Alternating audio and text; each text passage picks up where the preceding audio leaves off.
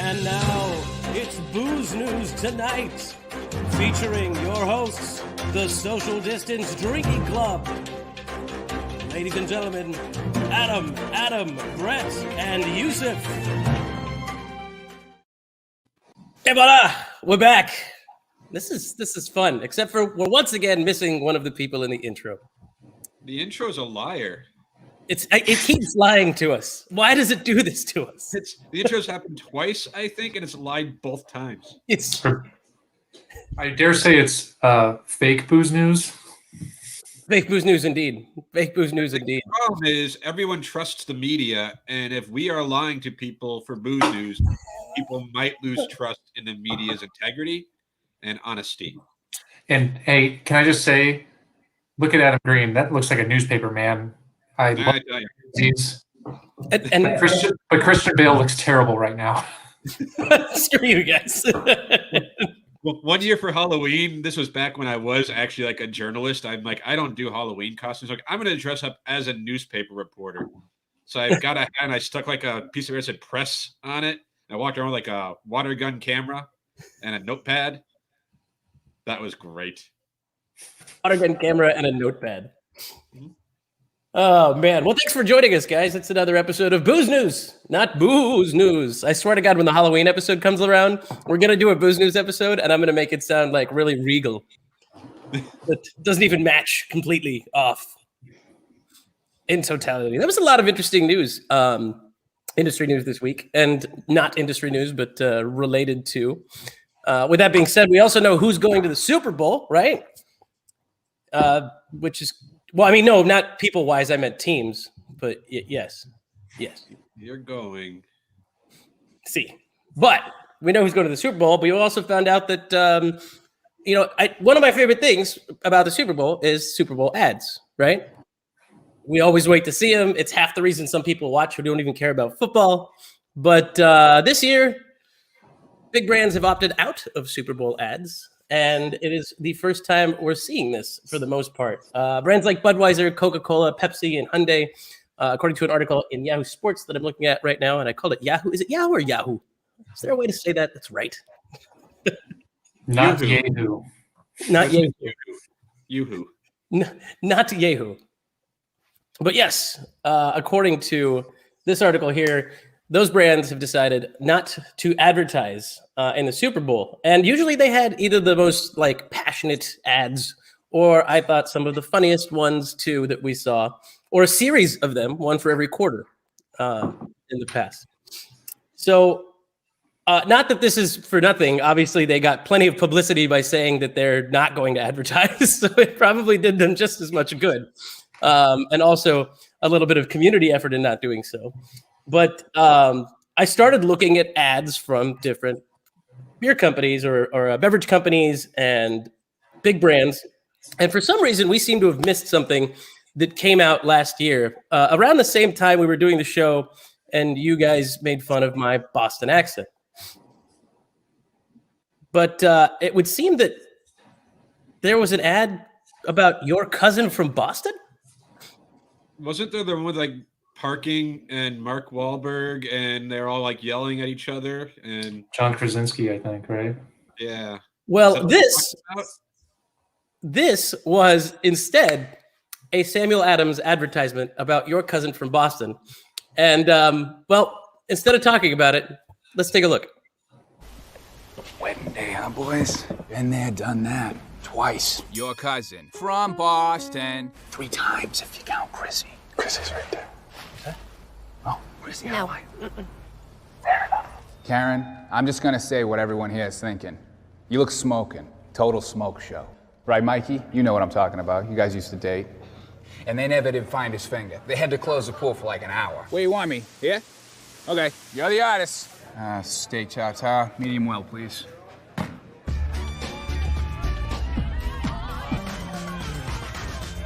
I brought a date named Sam, Boston Lager. Dig in. Yeah. Cheers, guys. Cheers. Marriage is a balance. Like barley and hops. And it's over too soon. Right, Chrissy? Oh my God. Don't you fall in love with me. Oh boy. Have you ever been to Fenway? Hey, Yusuf, how much has Sam Adams' budget dropped if they're not airing that during the Super Bowl and it's on our show? Well, that's a good point. And they're not even paying me. Congratulations, Sam Adams. You're doing it wrong. Marriage is balanced, like barley and hops. He just validated the decision not to do Super Bowl ads because I remember that ad. Yusuf does not. And if people don't remember the ad, it ain't worth the money. Well, you remember some of those, but this was all of them strung together. That being said, Boston Beer Company don't give a fuck. And they did make a Super Bowl ad featuring, well, hell, we'll watch that too.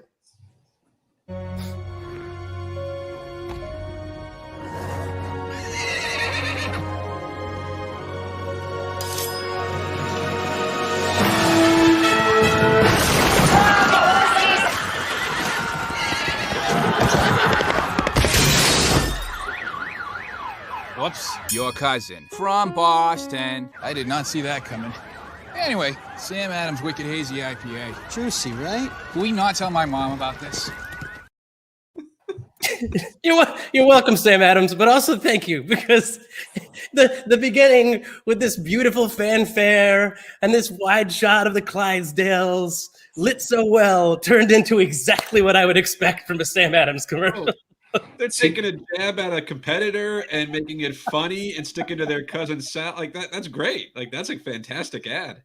See, here I thought that was like a Mothers Against Drunk Driving, because clearly those horses were drunk and just running into people after drinking too much hazy IPA. I mean, yeah, and it was a great way to introduce hazy IPA. Like, I did not see that coming. Anyways.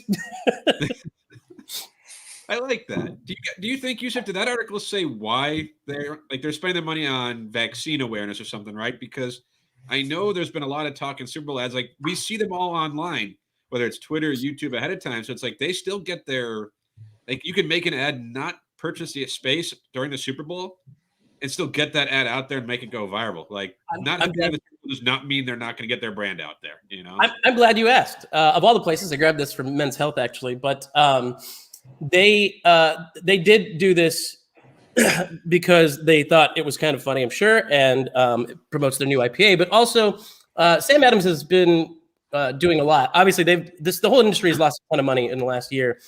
They started a program called Restaurant Strong, which has raised almost $8 million for restaurants and bars, etc., that have been affected by the pandemic.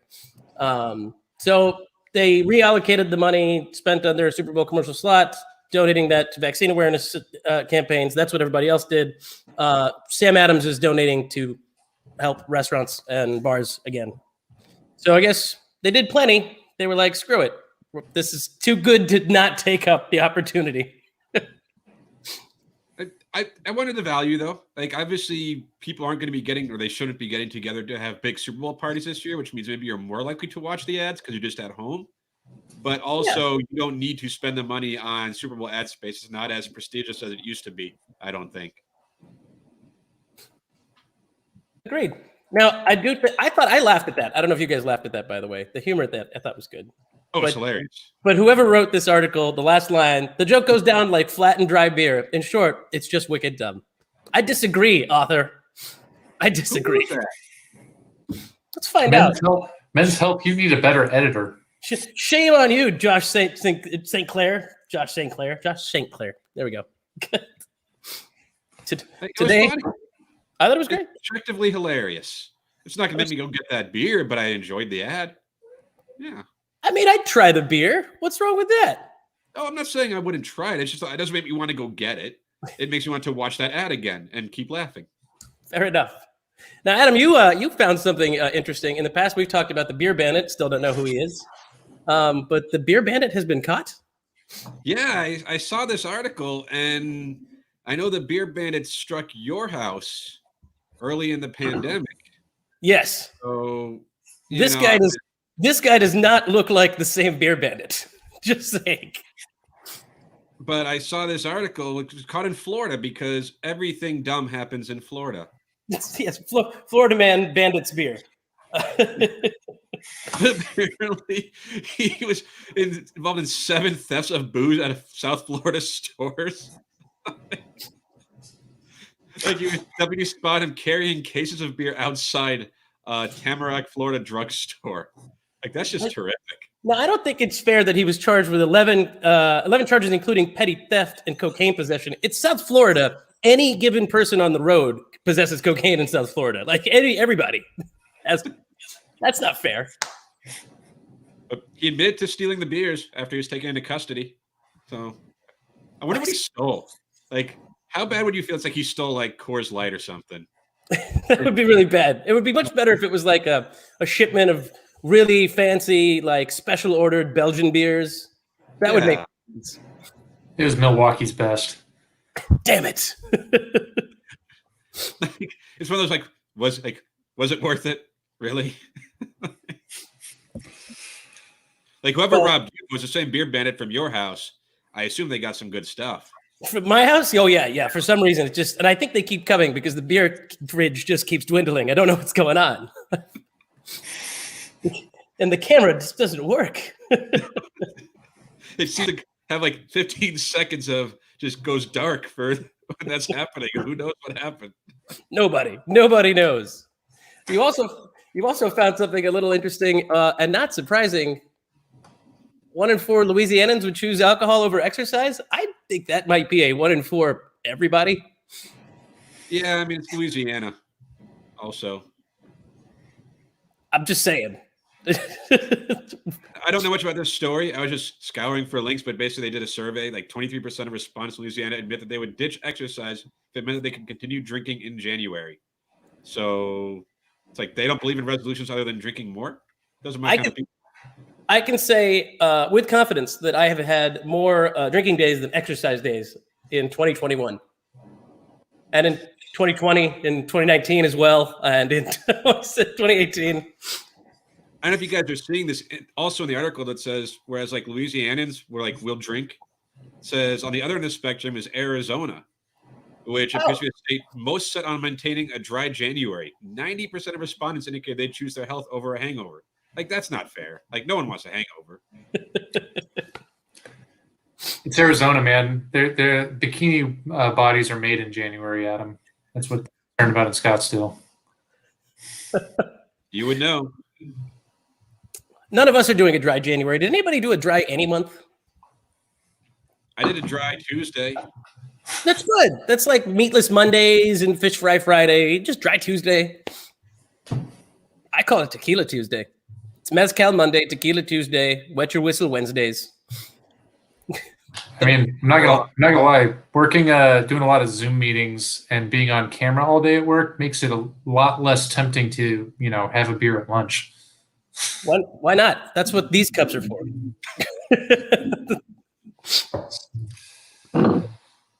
I stand corrected. I like how Brett's covers like publicly. I'm on camera on Zoom, so I cannot have a beer for lunch. Yes, Brett. Way to get that out in the sphere, like out there. Like, that's good. That's smart. Well, I've got one more story, and then we can find out what you guys are drinking and ask people who are watching. Thanks for joining us again, guys. We want to know what you're drinking too. What they've got. One story though that stopped me in my tracks when I looked at it was that the founder of Untapped has stepped down. He is done. He is staying to some capacity on the board, but he's no longer the chief creative officer. And it had a lot to do with apparently him having a second kid. And after taking some time off and mentally feeling better as soon as he went back, he was just exhausted and worn out. And there's a really nice blog post. I'm going to add the link in the comments for everybody to look at, so you can find out a little bit more about him. I assume his name is what? Bill Untapped? It's Bill Untapped, yes. Bill Untapped. Greg Avola. I suppose I should have added that to the banner. But his name is Greg Avola. This was kind of a cool cool little image he had in the post. April 13th of 2009, when he was just looking for someone to help out, Tim Mather was his partner. Tim stepped down 2 years ago. Just a little project for fun. It was a side hustle for years. When they had 2 million users in 2014, it was still a side hustle for him. So, but I thought this was, what's that? We're all on Untapped, right? Like, we all use it to varying degrees. I wonder if, like, at first it seemed like a thing that would help the industry. And I imagine now, I guess 12 years later, almost, there's probably a lot of people that argue that Untapped has actually been bad for beer and bad for that industry, just the way it's changed drinkers' mindsets and the ratings and all that. And like, I enjoy it, but I can see that it's like, what's the phrase? Like, they were so preoccupied with whether they could, they didn't think of what they should. Like, there's certainly a dark side to Untapped being as popular as it is, I would think.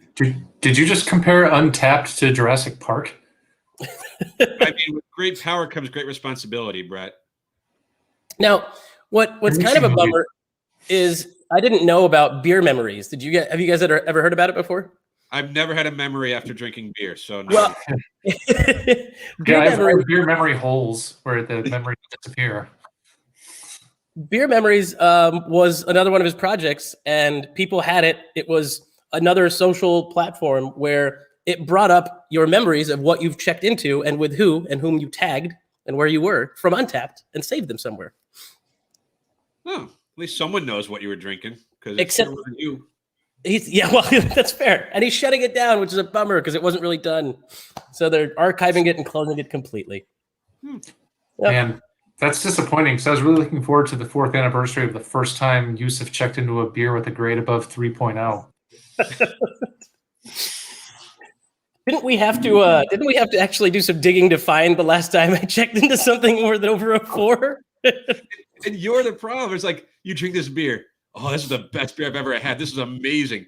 3.25 stars.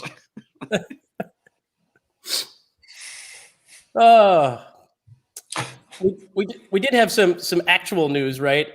Brett Barry, I do believe that you had something happen this weekend that was a momentous occasion.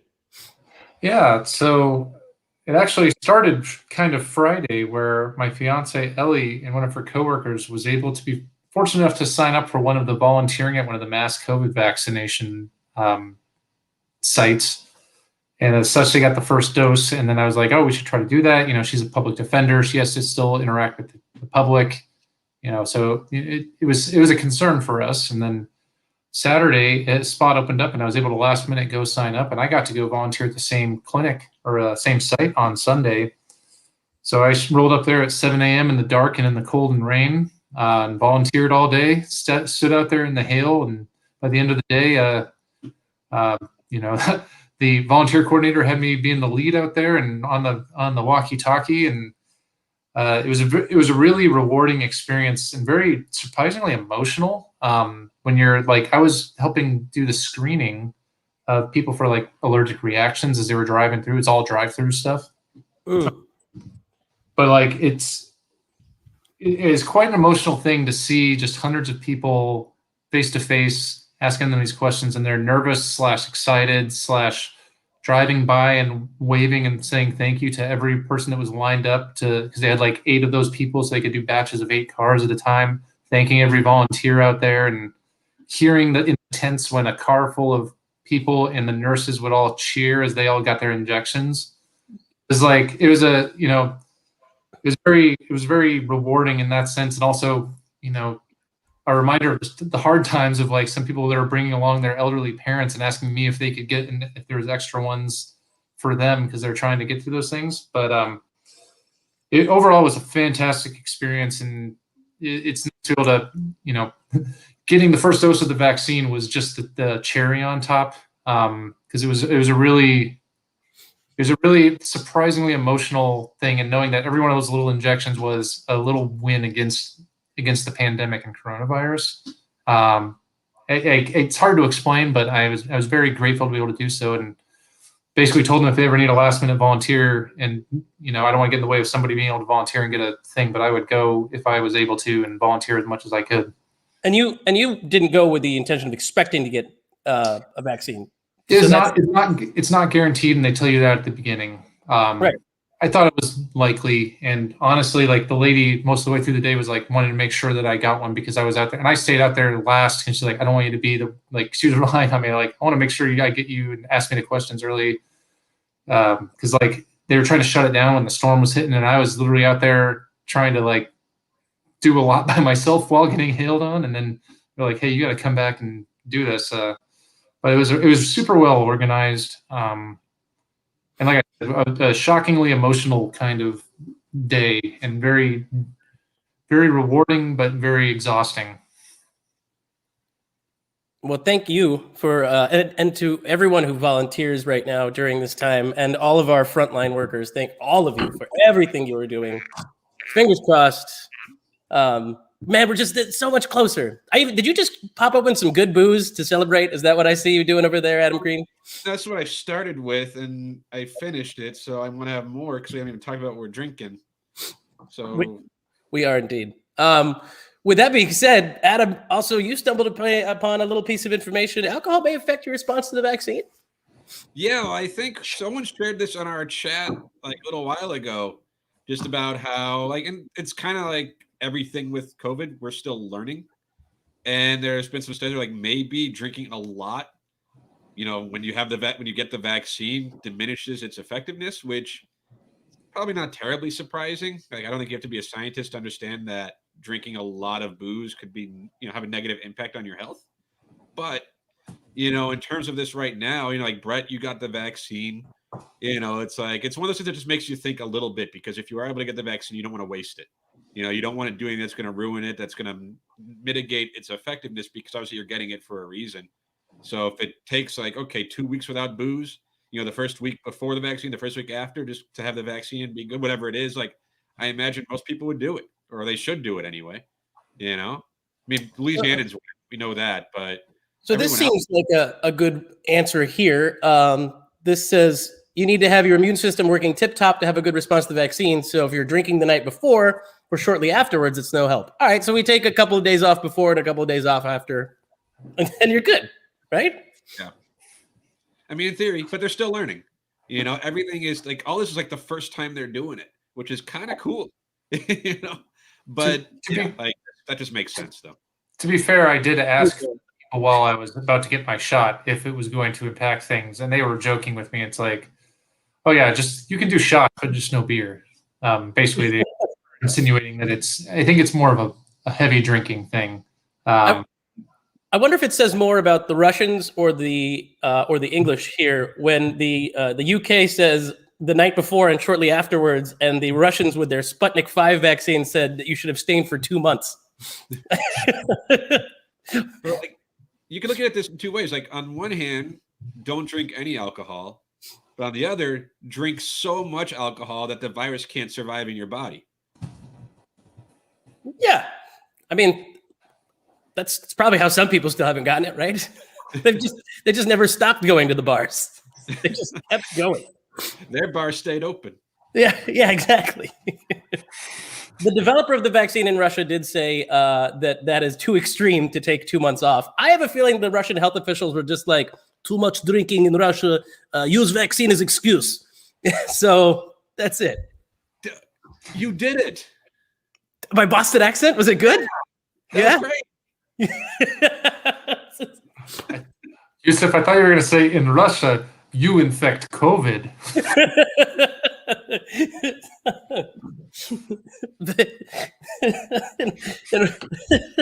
In Russia, you infect COVID. Actually, Yusuf, keep scrolling down to that article. Pull it Sure. back up. Sure. Keep scrolling down the page. You got it. Hang on. Since we now know there's multiple sides to every story. Keep going. All right. Keep going. Scroll Okay. faster. This is great content, guys. You should definitely just scroll through it. There we go. What is it? No, there, right there. That story. There we go. Yeah, see, moderate drinking may provide some benefits. I knew it. You know what? On the other hand, yeah. But it also says that for people who rarely drink or drink in moderation. The word moderation is doing a lot of heavy lifting there. Yeah. like a moderator on a Reddit Wall Street forum. Lots of heavy lifting today. Let's say, in addition, moderate alcohol consumption may increase the amount of antiviral cytokines, or small chemical messengers that help to coordinate the immune response. Although, however, that researchers do not know if these slight improvements are short-term or long-lasting. I just, as someone who's had some drinking days, the benefits are very much short-term. They don't seem to last long. Not as long as we expected them to at all. Listen, I'm cheers to building up better antibodies over there, Brett. I'm with you. I'm just keeping my antibodies alive with booze. It's great. Well, with that being said, what the hell are you guys drinking? Adam Green, some adventurous stills. Yeah, the Peralta bourbon. Decided to go with that. That's actually what I have in this glass as well. Oh, cool. Well, actually, I went with the Fossil Creek whiskey, so we're on 2 different adventurous stills bottles. Cheers to them. Yeah. Mr. Brett Berry, what you got? I have It's All Music, one of the latest IPAs from our friends at Wren House. Ooh, very nice. Very nice. Well, I had a can of another Odd 13 here called Hop Hackin' Henry. It's a very large, muscular World of Warcraft looking lumberjack. just really out there hacking hops, I guess. Why? Why not? It's Odd 13. Everything's like almost a video game related reference. Why does that can art from Odd 13 look like they just hired away the can art guy from Great Notion? The Great Notion guy's more of like a goofy, lanky looking dude, right? Well, The shape that guy is. it's more like outdoorsy things and large animals. So it seems to track. It seems to track. I like how Brett revealed his glasses aren't real because he was getting all really up close to the monitor to see that can. Yeah, they're blue light glasses, Adam. Yeah, you're a phony, Barry. A phony. You know what? Mine are blue light glasses too. When I take them off, look at how incredibly good looking I am. Watch, Brett, take your glasses off for a moment. Oh man, I mean, look at him. Look at how good he looks. It's like Clark Kent to Superman. It's amazing. That's all it is. It's like I more look with my cardigan. I look more like Clark Kent as a 50s dad. Sam Frazier says he is Bobby Boucher and drinking some high quality H2O today. Sam is staying healthy. That's good, man. It's a good time to stay healthy. Yusuf, Bobby Boucher isn't from Boston. I don't know why you said that with that accent. Mama said knock you out. Chris Macbeth, thanks for joining us always. Chris got dose 1, and him and Amy did both.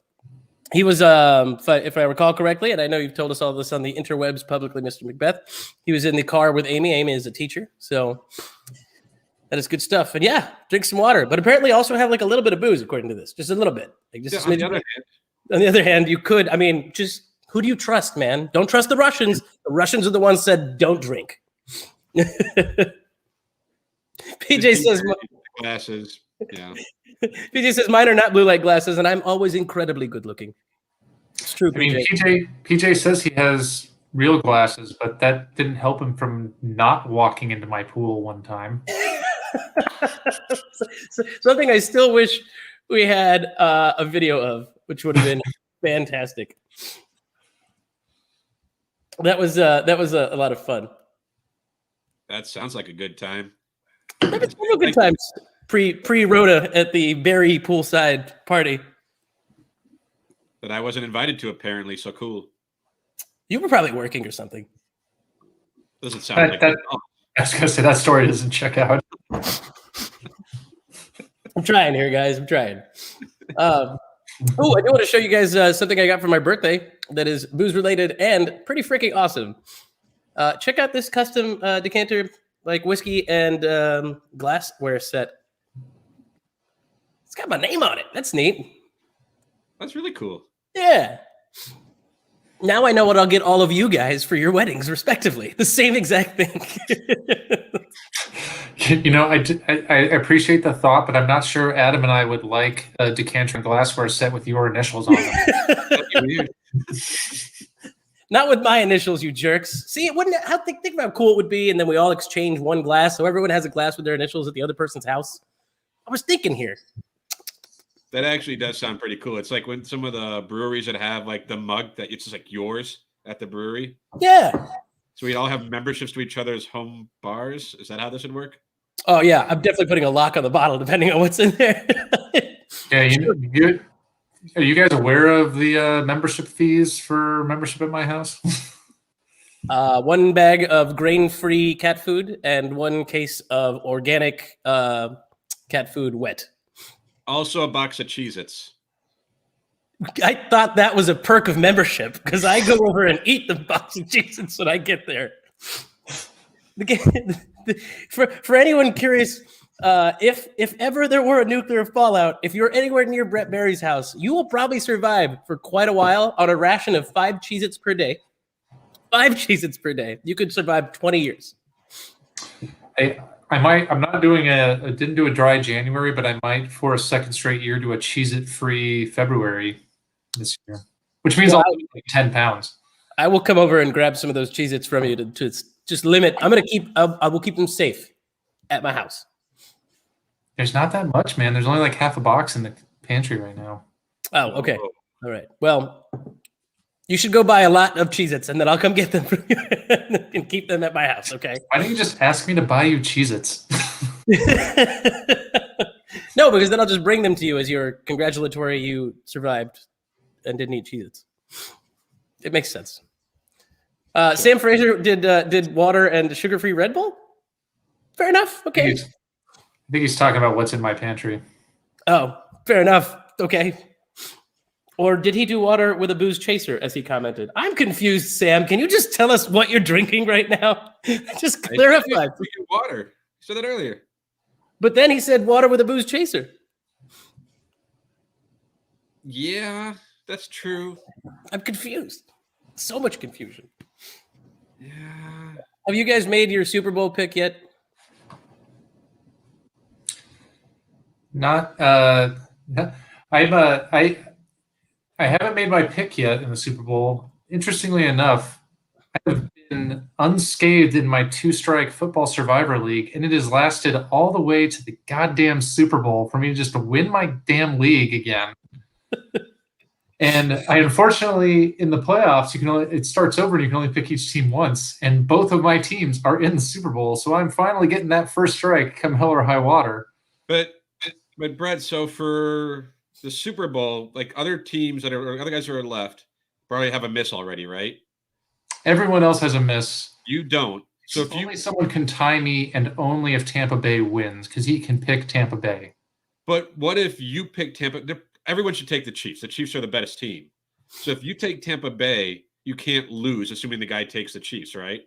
I can't pick either of them because I picked both of them in prior rounds of the playoff. So gotcha. Okay. I don't get to make a pick. But the plus side is, worst case scenario, I'm sharing first place. Best case scenario, I'm winning, assuming the Chiefs win.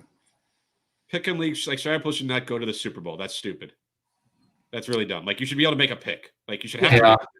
That would make more sense. Yeah. Isn't the game in Tampa too? Yes. So like, not only is it essentially a home game, but like, Tom Brady, like most geriatrics, moved to Florida, but usually most of those people don't make the Super Bowl. So it's like twice the home field, advantage for Tom Brady. It's not going to be normal though. Like they're not going to have a packed stadium. I think they said 20,000 tickets for vaccinated healthcare workers are just given them, and then limited number of just fans. And obviously, it's a home game. They're the first team to ever play in the Super Bowl that their stadium's hosting, which is cool. But Kansas City's just better though. Like they are. I mean, but Tom Brady is Tom Brady. So he wasn't that good against Green Bay. I'm just saying I'm not going to fly to Tampa to watch Tom Brady lose, okay? I mean, let's just focus on how happy we all are for Tom Brady that he's finally getting a shot in the Super Bowl. In that division. Finally, in the division he just joined. In his first season in that division, he's getting a shot at the Super Bowl. I'm really happy for him. It's taken him so long. Well, and our friend Earl, that news came out today. I saw on the Twitterverse. He was signed by Tampa Bay, so that's good timing. Great timing, right? It's like that time Michael Floyd just magically ended up in New England after he drank some kombucha and stopped at a red light in Scottsdale. Only Earl didn't do that, to my knowledge. No, I'm just saying, like being signed right at the end of the postseason is like fantastic. Hey, you want to go to the Super Bowl? Yeah. All right, come on. Chop. Let's go. I'll be rooting for Tampa Bay, because there's a lot of the old Cardinals people there who I liked, covering and stuff. And obviously Earl, is a friend. So, like, I'd like for Tampa Bay to win. But I think Kansas City won last year. So, like, that's cool if Tom Brady wins another. Oh, God, that sucks. I know. And now you see why some of us might be a little upset. But I can't be, especially since one of our close friends is there. And I like Bruce Arians, and I think Tampa Bay's a great city, and they're a cool team. Well, you're going, right? I'm going. I'm going to be there, and I'm going to drink lots of delicious beers and go see Charlie at Magnanimous, hopefully, and I'll bring back good stuff. That's what I was. Yeah, you're gonna. Yeah, no, I'm going like 2 days before the Super Bowl, maybe 3, and staying 2 days after because I expect Victory Monday, and if Victory Monday happens, it's going to be wild. Yeah, I'm already looking forward to Yusuf's first appearance in Booze News as Florida man gets drunk and does some crazy shit. He's gonna go find the booze bandit. And be like, no, that's not how you booze bandit. You know what? You know what'll happen, guys. History would suggest that I will either end up not in the stadium or leaving the stadium before Tampa Bay somehow comes back in the fourth quarter and wins the entire game. So just it's the distinct possibility. So we obviously won't be doing a show Super Bowl Sunday. I imagine this Sunday though we will, because there's no football. We wanted to give the NFL a chance to have viewers, which is why we haven't done shows the last couple of Sundays. Oh yeah, absolutely. I mean, I got a call from their chief marketing officer and Roger Goodell himself, and he was just like, "This isn't going to work, man." Like, well, Roger wasn't Roger complaining about how you were stealing Sam Adams and all of their advertising revenue and giving it for free? How do you think I was able to buy you that cardigan? It costs tens of dollars. Tens of dollars at TJ Maxx. Side note, Brett Berry doesn't shop at TJ Maxx. He's bougie, and he probably got that at Nordstrom. Or at least Nordstrom Rack. It's almost always Nordstrom Rack. Nordstrom Rack or Stitch Fix. Or what? Stitch Fix. What is that? They send you clothes. Oh, yeah. That would work for me if my body weight didn't fluctuate almost every 3 weeks. So... Yeah, I saw you try to try on the suit for Adam Green's wedding. Let's not talk about it on the air. I can't wait till for when the time is the wedding and you lose all the weight and you look like Tom Hanks in Big. Wearing Perfect. Fantastic. Chris, by the way, did go grab a drink. Did we look at that? He's got tequila añejo, and what a wonderful pairing. He's having it with gluten-free double-stuffed Oreos. I didn't know that they had gluten-free Oreos. He said it's a long time coming, so it must be new. And since Chris has celiac, congratulations, man. You can eat double-stuffed Oreos, and they're gluten-free. I'm usually against messing with perfection like double-stuffed Oreos, but I respect and appreciate that for Chris. He can actually have double-stuffed Oreos now. Yeah. Yeah, that's good. That's a good thing. Great job, Nabisco, I believe. Yeah, that's Nabisco, right? I think it's Nabisco. That makes sense. Sponsor us, Nabisco. Yeah, please. We'll just Nabisco, and you know what? Tequila Herradura, come back, baby. We'll just put them together. Tequila and gluten-free Oreos. Don't joke like that. If you see some of the Oreos they put together, you're gonna get tequila Oreos. You know that, right? I mean, would agave Oreos be bad? Agave Oreo?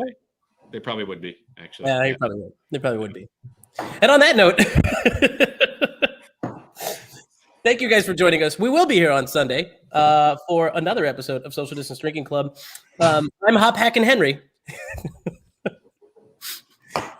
And this has been another episode of Social Distance Drinking Club alongside my friends Adam Green and Brett Berry. And today we are missing Mr. Adam Ledford as he's doing science homework. Yeah. He's sciencing. He's doing science homework, I think. I think that's actually true. Cheers, everybody. Cheers. Who else wants to go dip an Oreo in a milk stout? Oh.